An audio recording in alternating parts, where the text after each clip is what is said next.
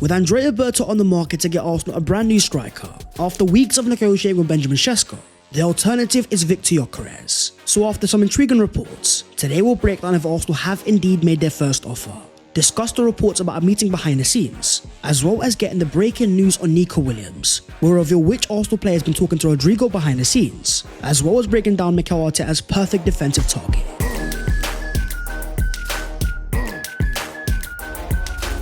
Yo, what is going on, guys? My name is Basswell and welcome back to your boys channel, and I hope you guys are doing sensational. Your boy is currently not in the UK, I'm actually in Greece, but the content is still coming. So as per my friends, smash a like on this video if you do enjoy it and subscribe to the channel if you are new. Help your boy on his road to 300,000 subscribers. But starting off with Arsenal's thriving wingers. In a window where reports have already confirmed, a key priority for Mikel Arteta will be signing a brand new wide forward. A club that already has Bukayo Saka, there's also been two more players that have been quite impressive for their countries. Starting off with star boy Ethan Nwaneri, a part of the England under-21 squad that is at the European Championships. Come the first game, he actually wasn't in the starting 11, left on the bench to many surprise, but coming off the bench with 21 minutes to play, an impressive cameo with 18 touches, 7 accurate passes and 1 key pass, of course alongside 2 out of 3 dribbles. I've seen the highlights and let's just say they are smooth.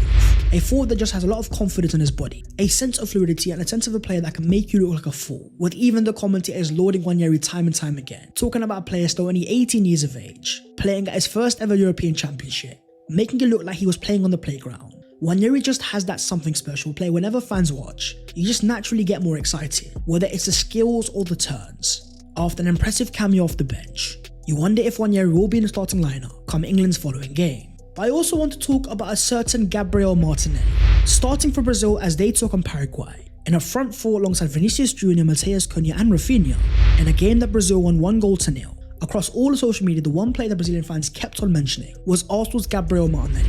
An impressive performance and a 7.4 rating, playing all 90 minutes with 58 touches, 28 accurate passes, 1 key pass, 1 big chance created, as well as 3 out of 5 dribbles, completing the most dribbles out of any other player in the game. The sense that I got was that Martinelli was playing very direct, almost a throwback to 2022-23, with a sense of confidence to take on his man and beat him time and time again, getting a load of Brazilian fans very excited. Gone from a player that was once a bench option for Brazil, to now starting games on a regular basis. This is set to be a very intriguing future for his Arsenal career, with all the reports that Arsenal will go for a brand new left winger. The idea is definitely that Mikel Arteta wants to upgrade, but when you've got a player who's still only 23 years of age, the idea of Martinelli being a squad option, less games and less pressure, but more time, we could see a more expressive version. A player that will understand that he's now got serious competition, which might even push the player to return to previous form. We saw in 2023 this can be a top player. 15 non-penalty Premier League goals at the age of just 21. The potential is still there, but pressure is definitely needed, especially in a year where Arsenal need to go on multiple fronts. Despite reports coming out of Saudi Arabia of potential interest, I believe that Arsenal will keep Gabriel Martinelli this summer, with the idea of him pushing any left winger that Arsenal go inside. But on the topic of brand new signings, Arsenal did have a target coming out of Germany, with Leroy Sané set to become a free agent out of Bayern Munich. Reports that Arsenal had made a contract offer, as Fabrizio Romano has now confirmed, Leroy Sané is going to Galatasaray. Here we go. A 3-year deal has been signed now, and Sané will fly to Istanbul for a medical. The truth behind this is that Arsenal definitely had interest, seeing Sané as a market opportunity and maybe as a third attacking signing. I do not believe he was coming to Arsenal as a starter, but the idea of coming back to the Premier League and playing for a Champions League club may have definitely appealed to the player. But ultimately, as it often does nowadays in football, money definitely played a part, as reports confirmed that Arsenal were unwilling to increase their offer for Sané. There was concrete interest, but it didn't get to the level of negotiating. Sané's team waited to see if Arsenal would increase, but they did not. And that's why he's now going to Galatasaray, a club that he's reportedly set to earn £475,000 per week, as well as Champions League football, going to a club where he's going to get so much love and be a guaranteed starter, alongside a very hefty paycheck. It makes a lot of sense why Arsenal didn't get the player. But what's about reported targets Nico Williams? Well, according to David Ornstein, when asked about Arsenal's pursuit for a winger, he confirms that I don't think there's anyone higher in Arsenal's thinking in over a year than Nico Williams. A player that we've talked about since summer 2024, with some fans even getting bored. We know about his potential, we know he can be electric, an ability to carry the ball that Arsenal could definitely use in their squad. The goal scoring numbers may not be there yet, but for a player who's comfortable striking on both feet, there's definitely a lot of fundamentals. But with reports claiming that Arsenal alongside Chelsea also have interest, the team that's actually making the move is coming out of Germany. We are talking about Bayern Munich, after losing Leroy Sané on a free transfer. According to Fabrizio Romano, Bayern are prepared to go strong to sign Nico Williams. Chelsea and Arsenal both feel that in terms of salary, this deal is going to be really complicated. A problem that has been the case since 2024. with the policy in Bilbao being they can only sign players from the Basque region. They have put Nico Williams on a very high salary, well over £200,000 a week. So despite the tempting €60 million release clause, there's a reason why the likes of Arsenal and Chelsea and Barcelona have waited and not pulled the trigger. This is a player that is on first team wages of a superstar, despite still not being at that level. So at Bayern, where you've already got Michael Olise and Jamal Musiala, at a club that has a very good talent ID when it comes to wide forwards, from Ribery and Robben to of course Arsenal Serge Gnabry, there's a reason why they're after Nico Williams, because he can be a top player. But now Fabrizio Romano has also revealed, after meeting with Bayern Munich twice, Nico Williams is now met with Barcelona as of today, with even Lamine Yamal sharing this picture on Instagram. According to breaking reports coming out of Spain, Nico Williams is ready to accept the salary which Barcelona offered him last year, €12 million gross per year. He's open to reducing his wage demands just to join the club this summer, which for Mikel Arteta might be a bit damning, having waited to see if the play was open. But you also have to think about Arsenal's striker signing. If it is a Šeško, a more project-based player, for me Arsenal will move for him already made wide forward. Which of course brings us to Real Madrid's Rodrigo. After returning back to Real Madrid training, ahead of playing in the FIFA Club World Cup, here he was seen alongside Xavi Alonso, training 1v1, with a massive part of his future being what does Xavi Alonso do? Will Rodrigo be a part of his first team going into next season? After the signing of Franco Massantara out of Argentina, a more specialist right winger, reports have consistently claimed that Rodrigo wants to play on the left-hand side, a position currently taken up by Vinicius Jr. The fact that Madrid have then dropped another £40 million on another wide forward, the Club World Cup is going to be massive, because if Rodrigo isn't starting, is that a sign from Xavi Alonso that he is not a part of his first team going forwards? Because in terms of Arsenal, according to Fabrizio Romano, Rodrigo Goes is their dream wing signing, with even reliable reports in Spain confirming Mikel Arteta is in love with Rodrigo. With the coach carefully studying the player, he is totally certain that Rodrigo would be a superstar at Arsenal, playing on the left wing. Arteta really wants Arsenal to sign Rodrigo this summer. And it got me thinking back to a quote towards the end of last season. After being asked by a reporter if Arsenal would be in for Rodrigo, the way that Mikel Arteta responded was very intriguing. Not only not denying the interest, but almost announcing the fact that Arsenal need to be in for these type of players. If you want to win, you have to have the best. So when you've got a potential top 10 wide forward available in the market, Mikel Arteta being in love with the idea is not a surprise. But for an Arsenal team that already has Gabriel Magalhaes and Gabriel Martinelli, we don't have a shortage of Brazilians. So here was Gabriel Magalhaes on a podcast in Brazil, asked the question, do you know if Rodrigo will join Arsenal? He says, I don't, but I like him obviously. I've told people already he is phenomenal. If it was up to me, of course. I've also spoken to the director, which is very intriguing when you think about a recent report. After a major update from the hand of Arsenal, who confirmed that several key figures at Arsenal had spoken to Rodrigo, including first team players about life at Arsenal and in North London, with 3 different Gabriels already at the Emirates Stadium. When it comes to leaving a city like Madrid, Arsenal having players that Rodrigo will know, friends to have straight away, could definitely be a factor in getting a deal done. But the most important thing is going to be the price tag. How much will Arsenal spend on the deal for a striker? What other areas do they need to address? Now let's talk about the Arsenal left backs. From Ricardo Calafiori being seen on holiday having a great time, jumping up and down on the karaoke and living life. In terms of the future of Alexander Zinchenko, there is a lot of uncertainty. So after previous reports confirm interest of AC Milan, now according to Gianluca Di Marzio, there has been new contacts between AC Milan and Alexander Zinchenko, but his high wages are going to be a problem, with even the reliable hand of Arsenal confirming. AC Milan contacted Arsenal around 2 to 3 weeks ago to understand the situation of Zinchenko. They were told that 2 other clubs were in the mix.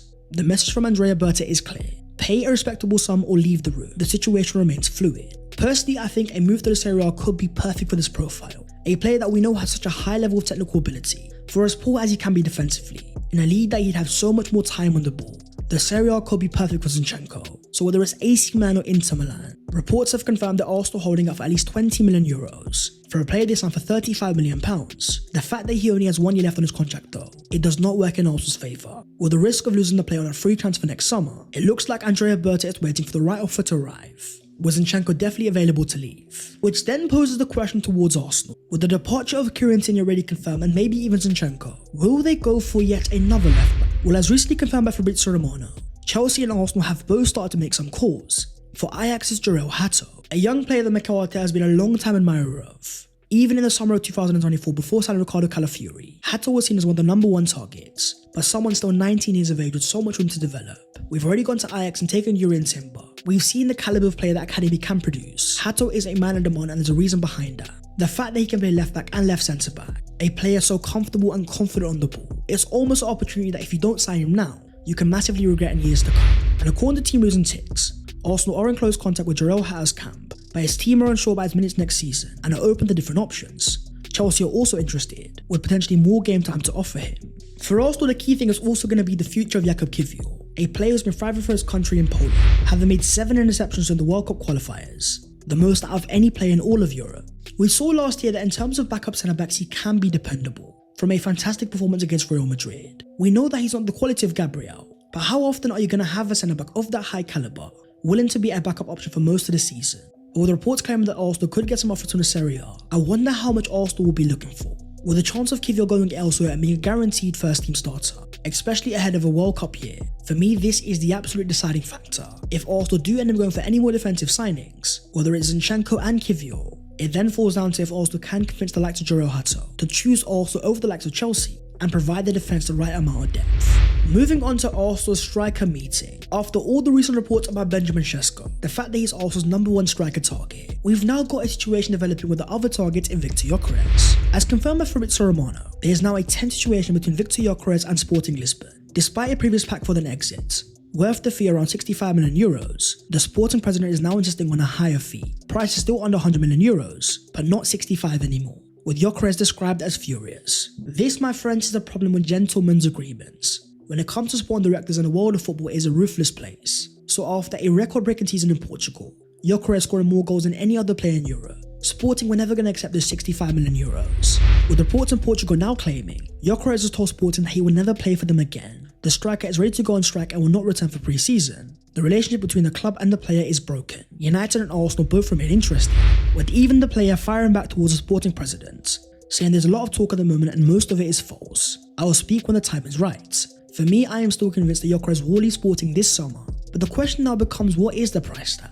Are teams willing to spend at least 70 to 80 million euros? And what is Sporting's starting price? But in terms of Arsenal, according to more recent reports, Viktor Gyokeres' agent is currently meeting with Arsenal, with some reports going as far as saying Arsenal have submitted their first concrete offer for Viktor Gyokeres to Sporting, with the offer presented at a meeting that took place in Menorca, Spain. It was €55 million plus €10 million in add-ons, and it is set to be rejected, which to me just sounds very surprising and very confusing. With all the reliable sources in the UK already confirming that Sesko is the #1 target, why then drop 65 on Viktor Gyokeres? With other Portuguese reports claiming, an official Sporting source has confirmed there has not yet been any formal proposals for Gyokeres, but rather an initial approach. For me, there's two different ways you can look at these reports. One, it has to be from the player's side and his agent, trying to force Sporting's hands and put pressure on the director. But on the other hand, it also could be Andrea Berta, with even Fabrizio Romano now confirming new contacts have taken place between Arsenal and Gyokeres. They remain in active talks. Arsenal spoke to Sesko last week, but so far no agreement, with more reports in Portugal claiming Arsenal will submit a second offer to Sporting for Viktor Gyokeres, totaling at €70 million. Maybe Berta is trying to show that Arsenal do have other options, and they are not scared to go elsewhere. But in terms of strikers coming out of Sweden, according to a more recent report in the UK, Arsenal have still not given up on hope on signing Alexander Isak this summer, which to me is simply ludicrous. One of the very few strikers that ticks every single box, from Premier League experience and being in the peak of his powers, to automatically being a ceiling raiser. But the reality behind the entire scenario is, Isak is simply not available. Despite the previous talk claiming that Newcastle would accept a £150 million bid, if that was the sort of money for the likes of Liverpool, who have spent that amount on Florian Wirtz, could have easily spent on Alexander Isak instead. Especially after Newcastle confirmed Champions League football, with Eddie Howe still as a manager, key players like Guimaraes and Tonali both staying. For as much as Arsenal can have interest, for me this is not a feasible transfer. But in terms of one player that Arsenal definitely could get, what's happening with RB Leipzig's Benjamin Sesko? Well, according to Fabrizio Romano, contact between Leipzig, Sesko's camp and Arsenal have been ongoing for 2 weeks now, but as of today there's no agreement between the clubs or the player. Last week there was some really concrete and strong contact to advance a deal, but there is still a lot of work to do. Having seen all the drama coming out of Sporting Lisbon, a club that gave a player a gentleman's agreement but are no longer living up to it, could we see a similar case for Benjamin Sesko, a player that of course signed a brand new contract last summer, but was apparently given a gentleman's agreement to leave the following summer if the right offer arrived? Well, now according to Team News and Ticks, reports that RB Leipzig are not honouring any gentleman's agreement they have with Benjamin Sesko are wide off the mark. Arsenal Sesko and all his reps are confident an agreement will be honoured, with this being Sesko's agent speaking in January 2025 in what was a very coy interview, talking about the amount of clubs after his client, specifically Arsenal, and how he could elevate us straight away. But 2 weeks into the window and even I'm starting to get frustrated. I get the fact that Arsenal want the best deal possible, but seeing all the reports on a daily basis talks about advancements. All of that means nothing until we get an agreement. For fans it can be a very draining scenario. But one player that Arsenal have got over the line is Martin Zubimendi. And according to David Ornstein, Arsenal's work on Martin Zubimendi in terms of intensive efforts really began last summer after Liverpool's move collapsed. Eddie was dealing with Real Sociedad over Mikel Merino, and no doubt there was also some conversations about Zubimendi. As far as we know, Arsenal regard the situation as done, even signed. They're expecting Zubimendi to hook up with them for the start of pre-season. As I've reported for ages, Arsenal have been acting internally and planning with him in 2025-26. But in terms of the Arsenal midfield itself, with the future of Thomas Partey still yet to be clarified, as recently confirmed by the Premier League, Partey was a part of all the Arsenal players released by the club in 2025, which makes you wonder what's happening and why his agreement not being reached. Is the player now getting better offers elsewhere, leaving his Arsenal future very uncertain? For me, it's simple as if Partey does leave, Arsenal will have to sign another midfielder. So let's talk about Sver Naipan, a player that Arsenal had strong interest back in January, but after Aston Villa swooped in and looked to have agreed a deal, after missing out on Champions League football, reports confirmed the move for Sver Naipan was over, all because of FFP and finances. Which of course got me wondering, if they can't even sign a player for £12 million, should Arsenal be looking towards Aston Villa? From reports that Arsenal still like Ollie Watkins, to maybe even Morgan Rogers. A player as confirmed by many reports in the UK, Arsenal do have reported interest in. Terms of Naipan himself, he's actually going to Man City, after Here We Go confirmed. With a plan that was presented back in January, the deal is now done for €50 million.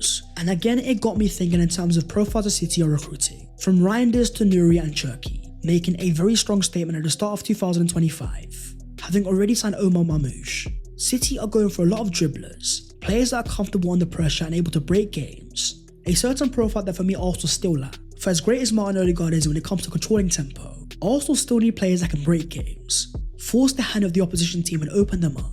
Whether it's the likes of Xavi Simons at RB Leipzig, or even Morgan Rogers at Aston Villa, there are profiles on the market and it all falls down to Arsenal. If they can get the likes of Šeško and Rodrigo over the line, are they still willing to go for a third big midfield signing? When I look at Aston Villa, I see a massive opportunity, and they are really struggling and they need to sell players. So why not go test the walls for Morgan Rogers? A profile that could elevate the entire Arsenal midfield, with only 5 days remaining before the Premier League announced the 2025-26 fixtures. With all the moves of Man City and Liverpool making their own massive one as well, even the likes of Tottenham getting a new manager in Thomas Frank, the season is starting to develop interestingly. Things will definitely be harder, the competition stiffer. It then all falls down to Arsenal and how ambitious are you going to be in summer 2025. But that is the video there and there, so hopefully you guys have enjoyed. If you have, don't forget to smash a like on the video and subscribe to the channel if you are new. If you want to follow your boy on all of the social medias, and the links are down below in the description. But that was all of your latest Arsenal transfer news today. Still reports by Šeško and advancement, but more importantly, apparently a meeting with Viktor Gyokeres. My friends, things are still there, they're still developing, and you know what, I want some clarification, so hopefully we get it very soon, and I'll see you again next time. Take care, and thanks.